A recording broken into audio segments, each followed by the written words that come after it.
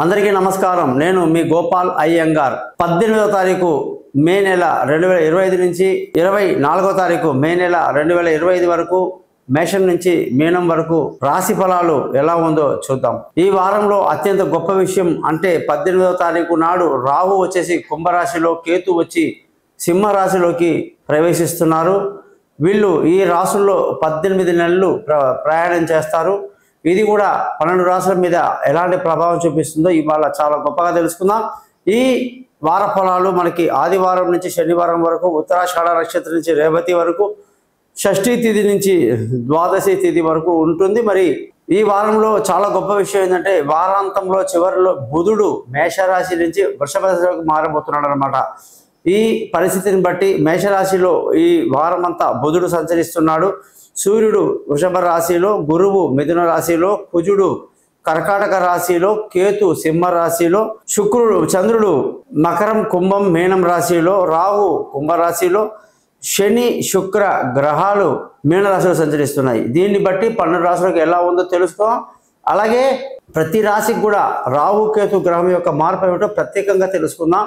ఈ వారంలో అత్యంత ముఖ్యమైన సమాచారం ఏమిటంటే పాకిస్తాన్కి ఇండియాకి ఎందుకు యుద్ధం వచ్చింది.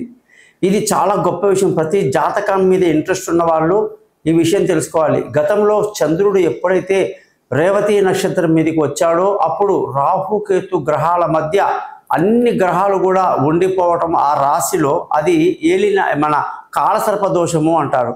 కాలసర్ప దోషం అనేది చాలా డేంజర్ అన్నమాట.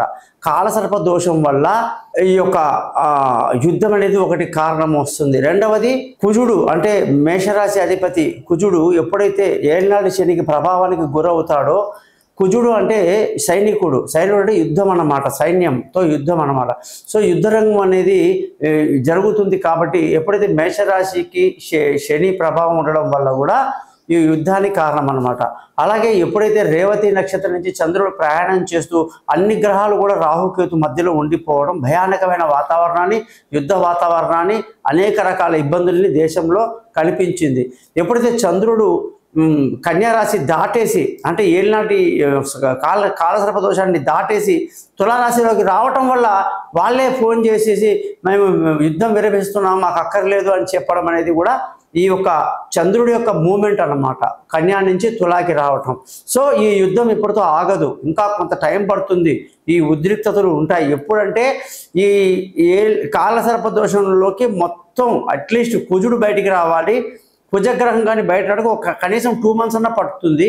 అలా ఏదైతే రాహు కేతుని దాటుకొని కిందికి గ్రహాలు వస్తాయో అప్పుడు కానీ ఈ యుద్ధ వాతావరణం అనేది పూర్తిగా పోదన్నమాట. ఆ విషయాన్ని అందరూ గ్రహించాలని తెలియజేస్తూ, రాహు కేతు తర్వాత ఒకే ఒక గ్రహం చంద్రుడు బయట ఉన్నా కూడా కాలసర్ప దోషం ఉంది అనే వాళ్ళకి ఇది చాలా ఇంపార్టెంట్ విషయం. ఏంటంటే చంద్రుడు కానీ ఎప్పుడైతే బయటికి వచ్చేస్తాడో రాహు కేతు నుంచి అప్పుడు ఖచ్చితంగా ఈ యొక్క కాలసర్ప దోషం అనేది తొలగిపోతుంది అన్నమాట. ఓకేనా?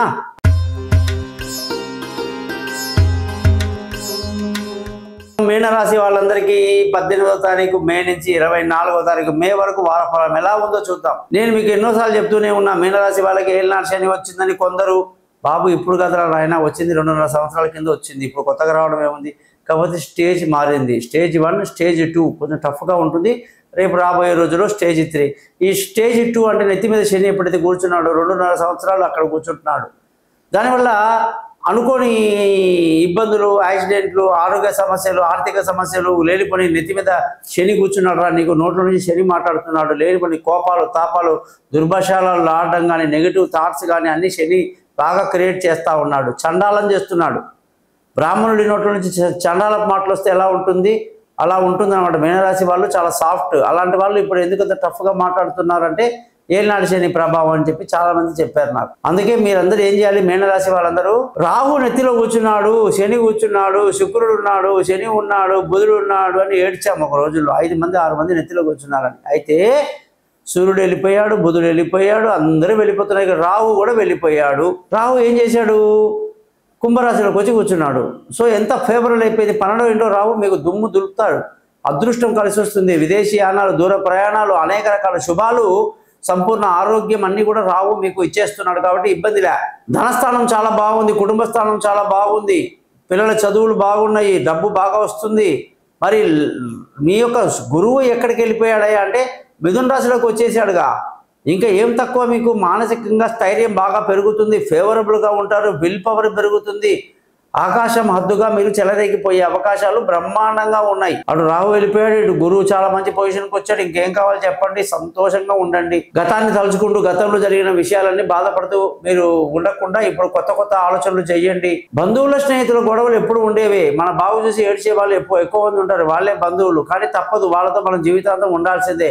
మంచి జరిగినా చెడు జరిగినా బంధువులే కాబట్టి బంధువుల స్థానంలో స్నేహితుల్ని పెడితే పనికిరాదు. అలాగే మానసిక స్థైర్యం కాస్త కలిగి ఉండాలి, ధైర్యం పెంచుకోండి. ఫ్రెండ్స్ రిలేషన్షిప్ మనకు పెద్దగా సపోర్ట్ చేయరు, చేతికి ఉన్న వాళ్ళు హ్యాండ్ ఇస్తారు, జాగ్రత్తగా ఉండాలి. కొన్ని విలువైన వస్తువులు ఆస్తులని బ్రహ్మాండంగా పెంచుకుంటారు, ఆస్తులు బాగా పెరుగుతాయి, వాహన యోగం బాగుంది, అనేక రకాల అద్భుతాలు జరుగుతాయి. సంతానపరమైన విషయాల్లో కూడా పెద్ద ఇబ్బంది లేదు, పిల్లలు బాగా చదువుకుంటారు, డెవలప్ అవుతారు, విదేశీయానాలు బాగున్నాయి, తెలివైన నిర్ణయాలు తీసుకుంటారు. అనేక రకాలుగా చంద్రుడు చాలా మేలు చేస్తున్నాడు కాబట్టి ఏమీ ఇబ్బంది లే.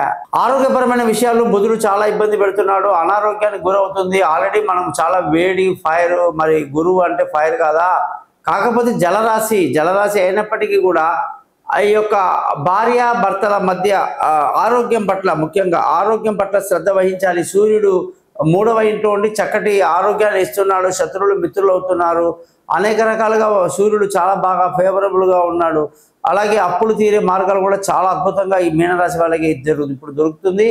భార్యాభర్తల మధ్య ఫేవరబుల్గా ఉంటుంది, పెళ్లి కాని వాళ్ళకు పెళ్లి కుదురుతుంది, దూరంగా ఉన్న వాళ్ళు కలుసుకుంటారు, అనేక రకాల శుభవార్తలు భార్యాభర్తలు అందుకుంటారు. ముఖ్యంగా ప్రేమికులకు ఎంతో అనుకూలమైన వాతావరణంలో ముందుకు దూసుకువెళ్తారని కూడా మనం నీట్గా చెప్పాలి.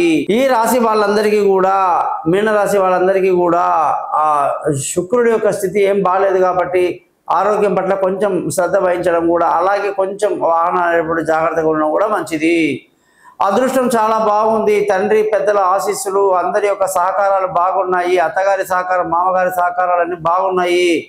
గురువు యొక్క అనుగ్రహం బాగా లభిస్తుంది, గురువు ఉపదేశం వల్ల చాలా తెలివిగా ముందుకు దూసుకువెళ్తారు, ధర్మ మార్గంలో ప్రవేశిస్తారు. ఉద్యోగంలో ప్రమోషన్లు, ఇంక్రిమెంట్లు, పై అధికారుల ప్రశంసలు, కొత్త ఉద్యోగంలో అవకాశాలు ఉక్కిరి బిక్కిరి చేస్తుంది. గురువు చాలా ఫేవరబుల్ అయిపోయాడు, ఎన్నడూ గతంలో రాని ఎంకరేజ్మెంట్లు, సపోర్ట్లు అన్నీ కూడా ఇప్పుడు వస్తాయి. ప్రమోషన్లు, ఇంక్రిమెంట్లు అనుకోకుండా మీరు అడగగానే వచ్చేస్తాయి కాబట్టి ఏమీ లేదు. ఉద్యోగాన్ని చాలా బాగా చేయండి, ఉన్న మంచి టైంలో దుమ్ము దులిపి మంచి పేరు తెచ్చుకొని రండి అని చెప్పేసి నేను మీకు తెలియజేస్తున్నా. వ్యాపార పరంగా శని, మనం అనుకుంటాం ఏళ్ళనాడు శని ఉంది, నెత్తి మీద శని కూర్చున్నాడు, ఏమవుతున్నారు, ఏమీ లేదు.